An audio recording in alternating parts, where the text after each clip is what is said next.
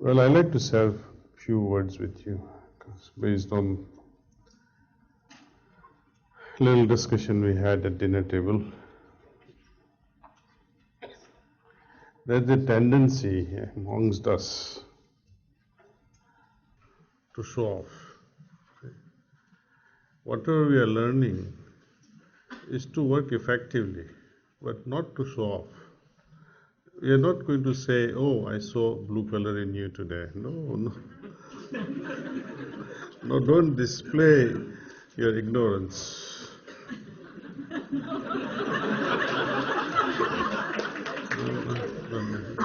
It is for us to learn and assess things. And once you're, even Babuji Maharaj, despite of all these things, he said, "I'll confirm and then tell you."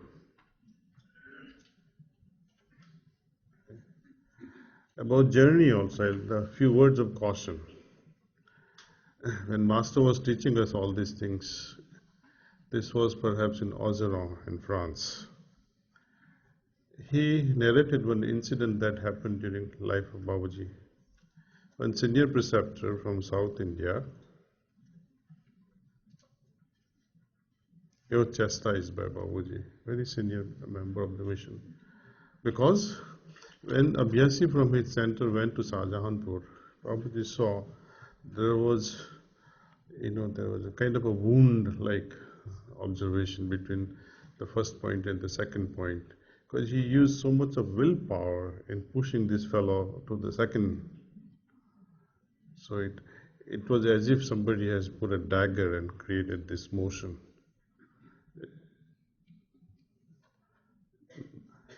In Sahaj Marg especially, the subtle force means you don't use any force, forceless force.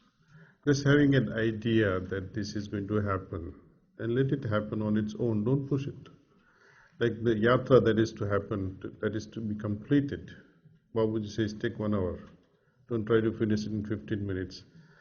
I like to say, sow your laziness there and finish it in 2 hours. See, Tai Chi, what is the specialty of Tai Chi?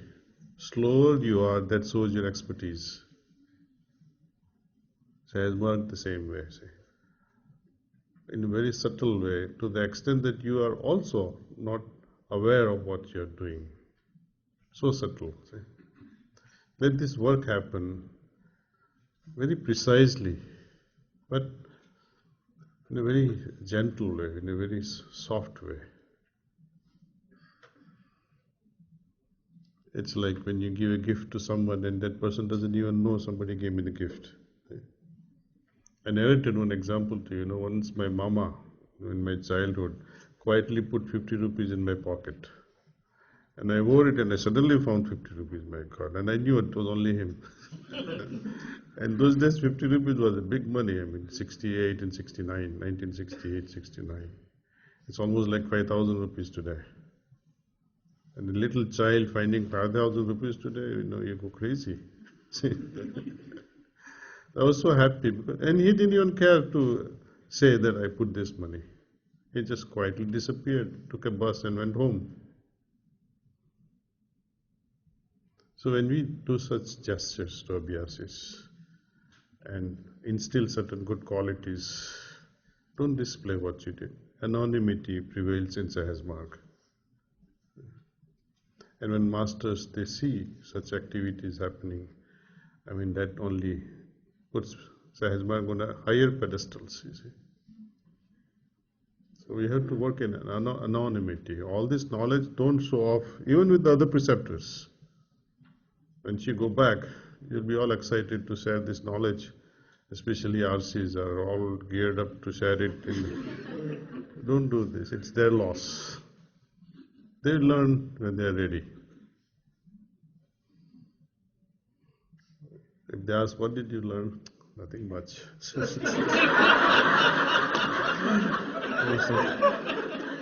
say, Bhavani can relate so many stories of ours. Remember when we go to Madras and he comes back, Kamlesh Bhai, share some stories of Master. I said, there is nothing to talk.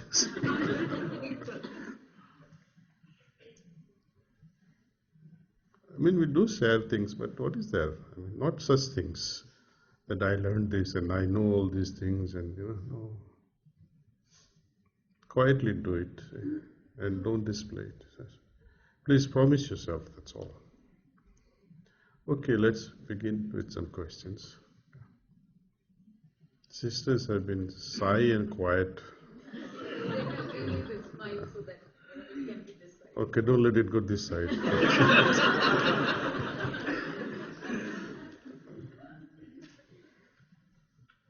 Pastor, there happens to be a lot of working mothers who have joined the system, but the only time that they find is in the night after they've finished all their work. So I've seen this that they do meditation at 10 o'clock in the night after the children go to bed, after they finish all the chores, and then they go to sleep. And that's been continuing for months. So, how flexible should we be in letting this continue? You plan on doing something? Other than encourage the fact that they would miss on cleaning or they would miss on the joys of meditation in the morning and the condition going through the day. See, already, mother, even if you are staying at home, it is still a full-time job. I don't know how to help them because I never faced that situation. But with sisters especially, Babuji has been saying, no, it's okay, even if they meditate in the afternoon, it's fine. They must be getting lunch break, no? So 5 minutes meditation.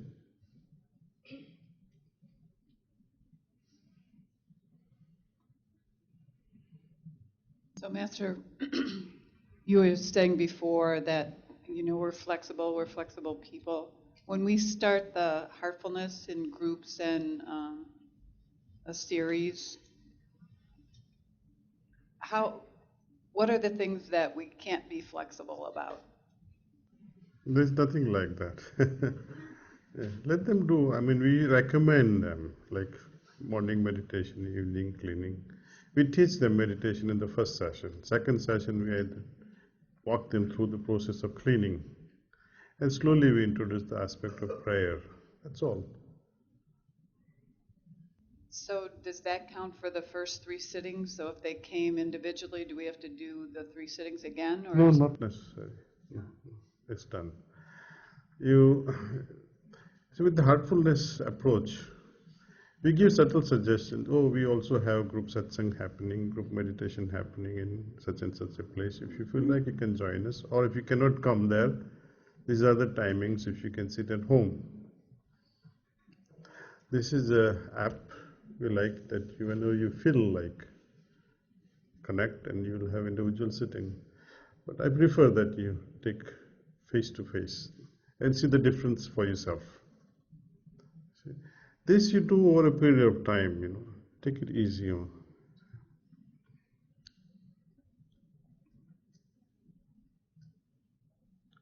Most of heartfulness volunteers, they complain that so many people start and they are not becoming part of the mainstream. It's okay. The purpose of heartfulness approach is not to bring them from next day for group satsang. It is to spread Sahaj Marg awareness. And over a period of time, hopefully they become aware. Then it's, as Babuji puts it in his diary sometime in 1955, as instructed by Swami Vivekananda, that every household throughout the world must know we exist. That's all. That's what we are doing now. Whether to continue with practice or not to continue, it is their business. But we start them with all the earnestness that is required. We hope they would do it. We prepare them the way we prepare a person who comes individually to us. There is no difference.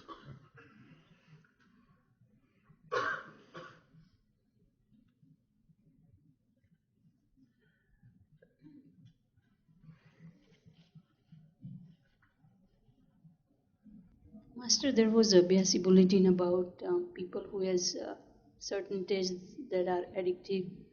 How do we help newcomers who has alcohol addiction? If they ask, you recommend the method. If they don't ask, don't say anything. If they want your help, they'll say, "Oh, how to stop this alcohol addiction." Then you propose this method. So same method. Same method, yeah. Okay. How about the drug addiction? Is the same thing? That I don't. I have not tried it, so. These are the newcomers who are asking those questions. So Well, the meditation can help. Well, tell them, try it, see if it works. If it doesn't work, no harm is done. And let us know if it is successful. See, the desire is there that they would like to stop it. So that will help over a period of time. See, do the cleaning. Tell them when you are doing your evening cleaning, just ensure that this particular habit is going away from my system. Okay. And also, if possible, let it. This method of bringing the taste to the tongue and allowing the whole system be saturated with the taste of a mirchi or sweets or alcohol or drug. But if you never tested it, how do you know what the taste is? It's not about you, it's about the other, yes.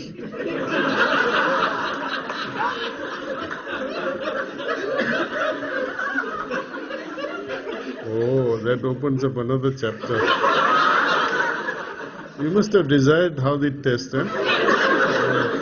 Otherwise, why would this question come? It's a funny thing. That fellow is trying to quit and she wants to feel how it is.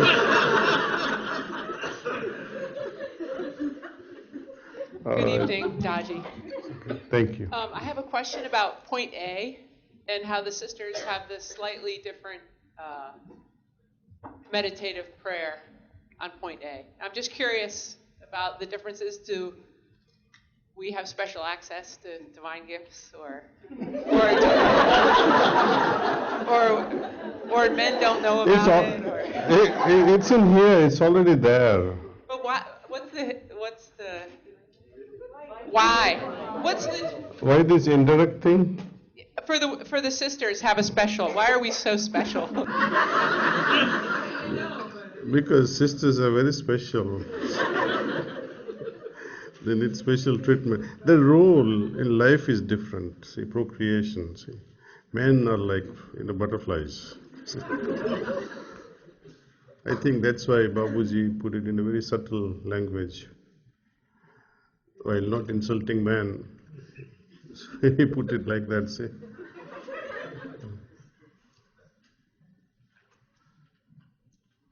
And Lalaji has written a blanket statement. Man suffers from this. And all men require. Sisters did not do it. But for the reasons I shared with you, that it is because of superconscious state also, it will help refine our consciousness to the highest. Even though you may not suffer with these tendencies, which is so rampant, sensual satisfaction. But then indirectly, you can see that when the burden of such a pressure to satisfy yourself sensually is finished, only then superconscious state starts. When the burden is not there, you're not suffering with this load. You are freed up from your mind. That freedom allows it to assess the superconscious state. Otherwise, it's like a kite that you're flying in the sky, but something is still holding you back. See? Cut it.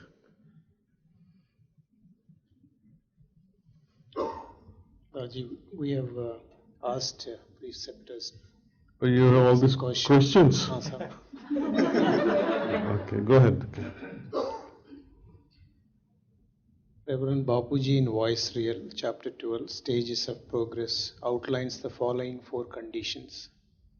A peculiar state awakening within the mind, a consciousness of the divine force pervading all over, a divine state prevailing everywhere, and everything absorbed in its remembrance. Neither feeling of the divine force nor that of remembrance, but only a feeling of negation. Everything gone, no impression upon the heart, not even that of existence. My questions are, what is the difference between 1 and 2? What is the difference between 3 and 4? Does this mean you feel no absorption when you are at 3 and 4? So consider them at stages of progress. When you feel, then awareness begins. And slowly that is dissolving. See.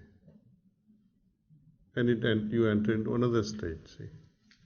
Such things I think we will not just justify by explaining it in words. You try to observe your condition and see what happens. How will my words satisfy you?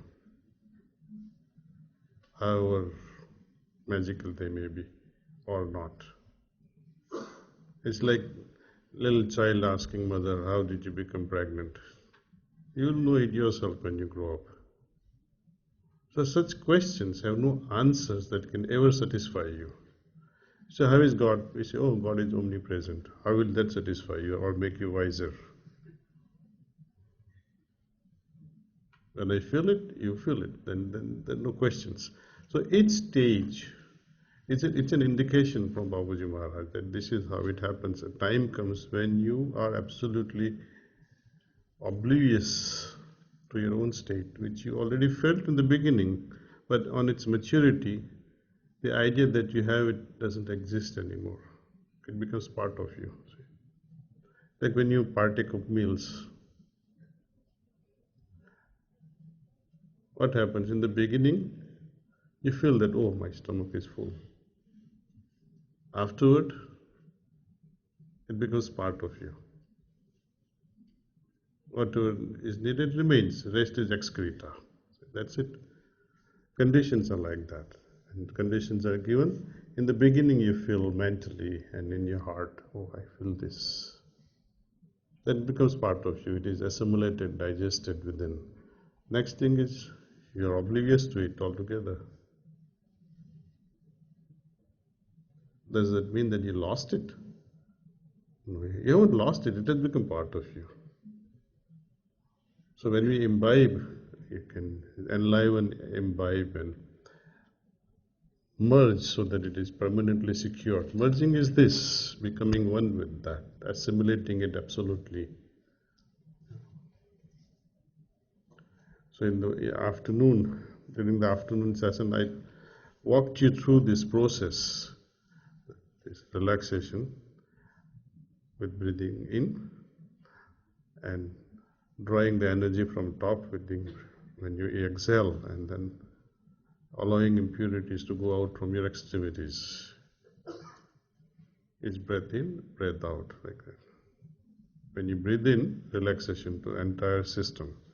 When you are breathing out, it's going out. But after meditation, we have a peculiar state, right? It is not allowed to go up or down, but now you go this way. Like the way the heart is pumping this way, right? Likewise, let that condition expand and contract, expand and contract. And a time comes when you are able to feel the same condition pervading in your room and the limitless boundaries of this universe. When you're breathing in, this same condition is expanding all through the universe. Where the third stage of Babaji Maharaj, he explains that this state is felt everywhere. Remember the suggestions we were making a few years back, right? I taught you that think that everything surrounding me is absorbed in spiritual state or is absorbed in godly remembrance. That is a precursor to it, see. So sometimes you may not have the condition, but the very thought invokes it, what you had in the morning, see.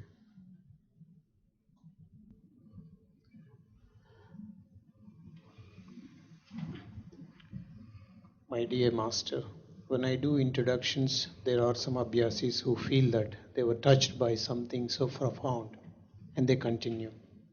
There are some who do not feel anything and say it was quite long. Some say they were restless throughout. I wish they had an experience that will encourage them to consider trying this out further. Is there anything as preceptors we can do so all can feel the profundity during the first 3 sittings?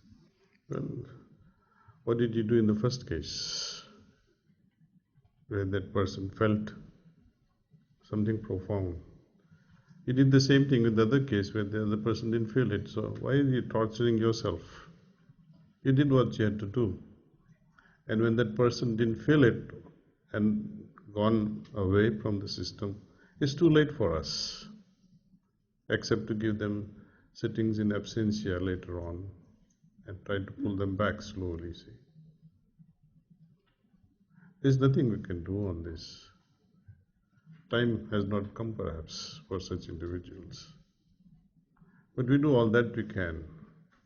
In the very first sitting, we try our best from all possible that you greet them properly with the right attitude, you offer them tea or coffee, all kinds of stuff we do that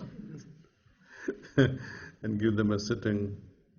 Despite of all these things, it doesn't experience what to do. Let's not be so egoistic about satisfying everyone. We have to somehow take back steps and say, okay, this is not for me. I do my best. This is it.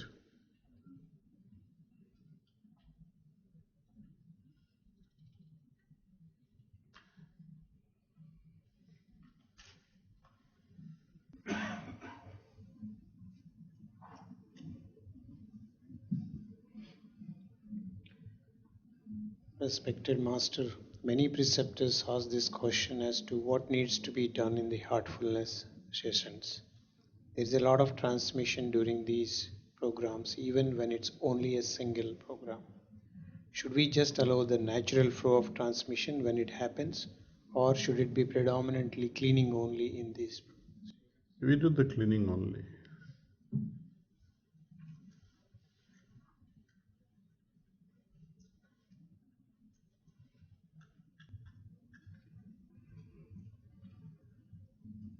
Dear Master, considering we have many long-time preceptors and many new preceptors, including me, added to our mission, what are some of the leadership qualities you expect from us to work together to grow our mission? Humility.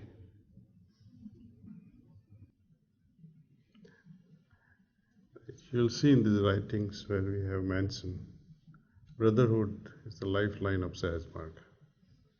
That's all. So no sacrifice is too expensive. If we understand this much, I mean, what price are we paying in maintaining, saying good morning? What else can we do? What else are we doing to maintain brotherhood? Nothing much, nothing is needed. Don't insult the other fellow, that's all. And remember always this wise statement of Babaji that there is nothing wrong thinking yourself to be great, but think that the person is greater. That solves the problems. Easier said than done, but then all these things we need to introspect our actions just before going to bedtime and iron out, oh, okay, this was wrong, I could have done this better, and next time you don't want to repeat it.